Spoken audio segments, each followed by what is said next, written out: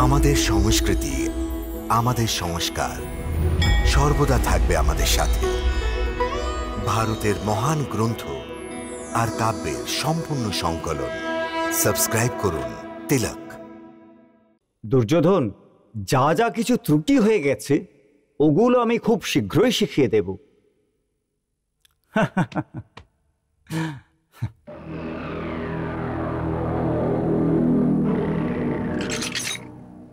চার আর এক 5 ভাগ্নে 5, এর অর্থ 5 পাণ্ডব। আজ আমি ভীষণ খুশি দুর্যোধন, ভীষণ খুশি, কারণ তুমি তো অর্ধেক লড়াই জিতে গেছো।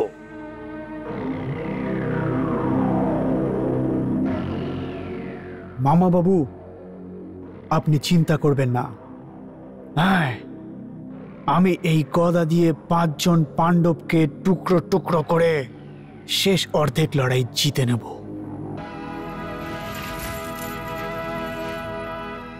না ভাগ্নে, না, এত তাড়াতাড়ি করলে আমাদের লাভের থেকে ক্ষতি হতে পারে।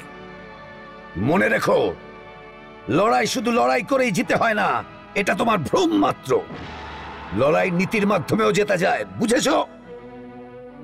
আমি কিছু বুঝতে পারছি না মামা বাবু। বোঝাচ্ছি প্রিয় ভাগ্নে, বোঝাচ্ছি। শোনো, আমরা পাণ্ডবদের পুড়িয়ে মারার চেষ্টা করেছি, ওটা সফল হয়নি, আর এখন ওরা সম্রাট হয়ে গেছে।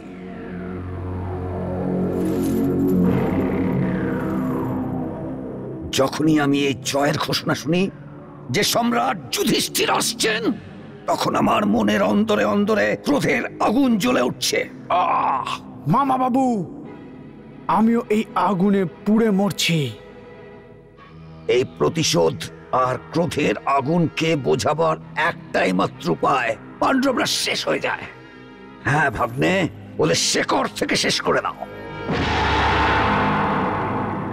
কিন্তু এটা সম্ভব নয়, কারণ ওরা শক্তি সম্পন্ন হয়ে গেছে। বাসুদেব শ্রীকৃষ্ণ ওদের সখা বনে গেছে। দেখো দুর্যোধন, যদি বলরাম আমাদের পাশে এসে যায়, তাহলে আমরা পাণ্ডবদের সাথে সাথে কৃষ্ণকেও মেরে দিতে পারি। হ্যাঁ, কিন্তু মামা বাবু, বলরাম ভ্রাতা আমাদের পক্ষে কি করে আসবে? এসে যাবে, অবশ্যই এসে যাবে ভাগ্নে, অবশ্যই এসে যাবে। যদি তোমার বিয়ে বলরামের বোন সুভদ্রার সাথে হয় তাহলেই। সুভদ্রা? হ্যাঁ, সুভদ্রা। তখন তুমি এইভাবে ভাবতে পারবে যে তুমি সম্পূর্ণ লড়াই জিতে নিয়েছো। কি ভাবছো দুর্যোধন, কি ভাবছো? সুভদ্রা একজন যুবতী, সুন্দরী, আর সবচেয়ে বড় কথা এই যে ও বাসুদেব কৃষ্ণ এবং বলরামের বোন। একটা কথা বলো দুর্যোধন, তুমি এটা কি জানো যে তোমার মা অর্থাৎ আমার বোন গান্ধারী এটা জেনেও যে ধৃতরাষ্ট্র অন্ধ তাও বিয়ে করেছিল? কেন?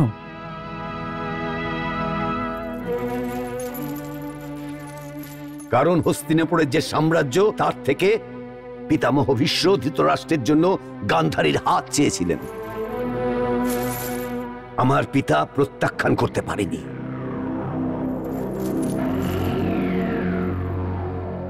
আসলে গান্ধারী এটা বুঝতে পেরে গেছিল যে যদিও প্রত্যাখ্যান করে তাহলে ভীষ্মকে স্বয়ম্বরের মণ্ডপ থেকে উঠিয়ে নিয়ে চলে যাবে, আর ওনাকে আটকাবার সাহস কেউই করতে পারবে না। একেই বলা হয় শক্তি, একেই বলা হয় নীচতা।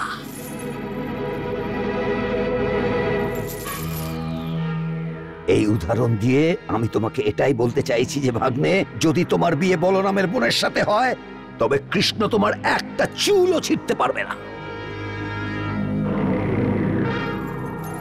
এই জন্য আমাদের যদি কিছু করতে হয়, যত দ্রুত করতে হবে, কারণ আমার গুপ্তচরেরা বলেছে যে অর্জুন দ্বারকা পৌঁছে গেছে। সুভদ্রা!